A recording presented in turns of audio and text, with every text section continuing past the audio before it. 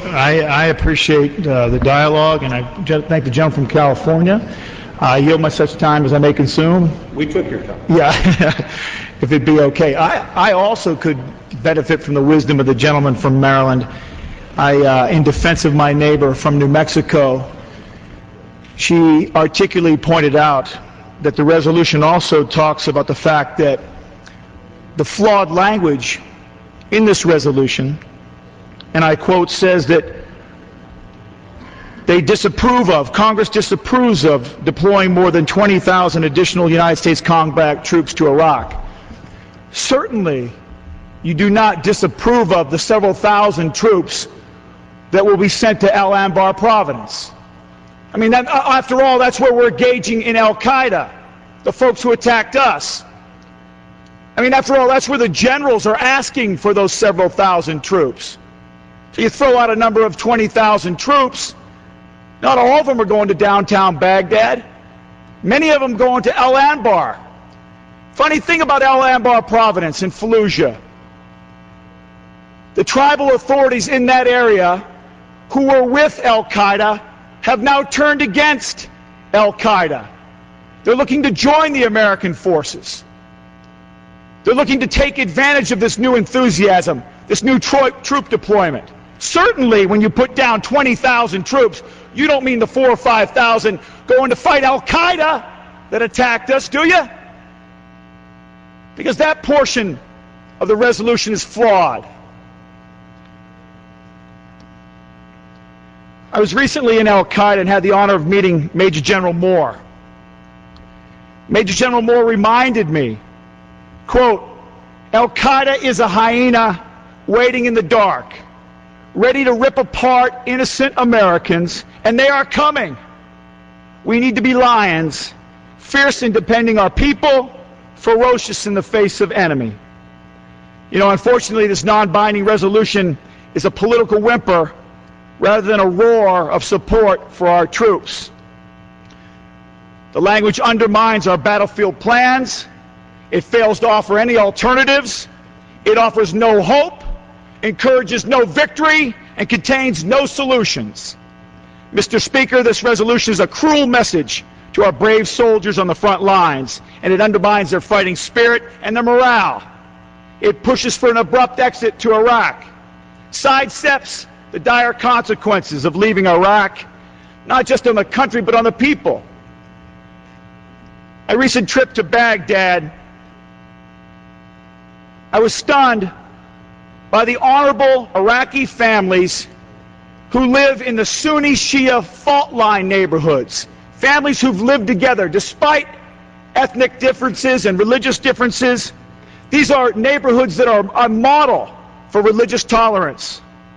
Can you imagine enduring religious bigotry and living peacefully alongside a different Muslim sect, and yet in exchange for your moderation and understanding, your family is hunted, you're forced to move by armed militia at gunpoint, and these are the same radicals that pursue and round up your husbands and your sons and torture them and kill them. And then you're left as a single mother in downtown Baghdad with children. And all you have to hold on to is a fledgling government and American soldiers. These same American soldiers that are already deployed and being sent and are already on their way to Baghdad to protect your home and your children's future. And yet this morning you awake in Baghdad. You wake the news of politicians in Washington arguing about taking away this little bit of security that you have.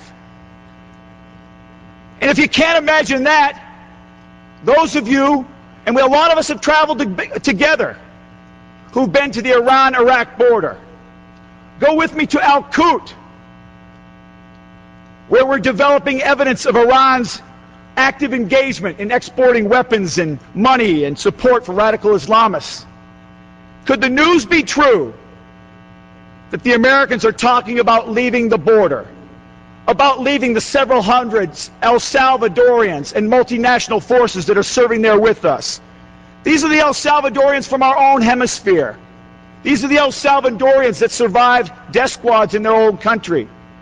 These are the El Salvadorians who will return home. And what will they say about America? Did we leave too soon?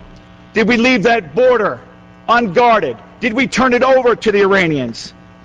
Did we allow that little city called Al-Qut to revert back to the city named Little Tehran? You know, the State Department has warned us that a retreat of American military forces at this time could trigger ethnic cleansing.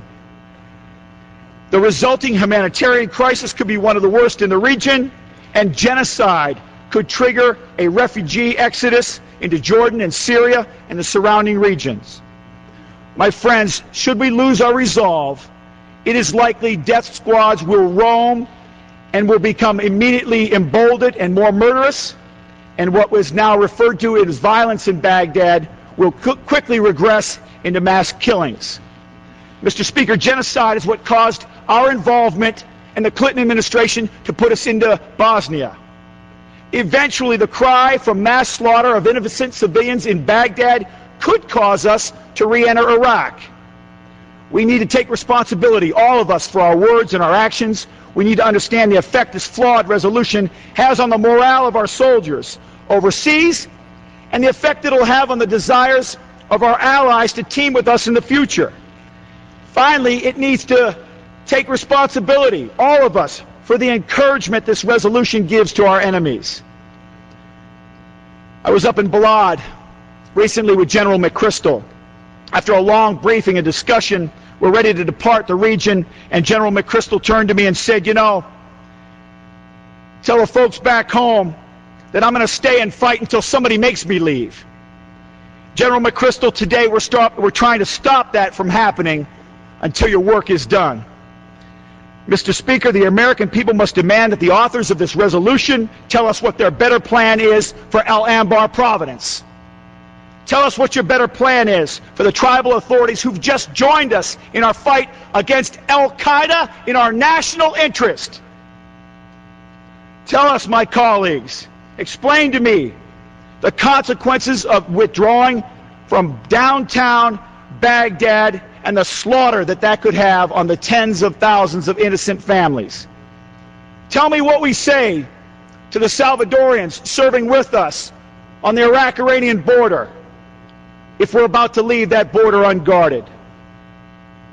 Please explain to me how this measure of discouragement, this flawed resolution, doesn't affect the performance and the morale of our troops. Please tell me how this political debate doesn't weaken the resolve of our country to win, to endure, and to prevail. I yield back.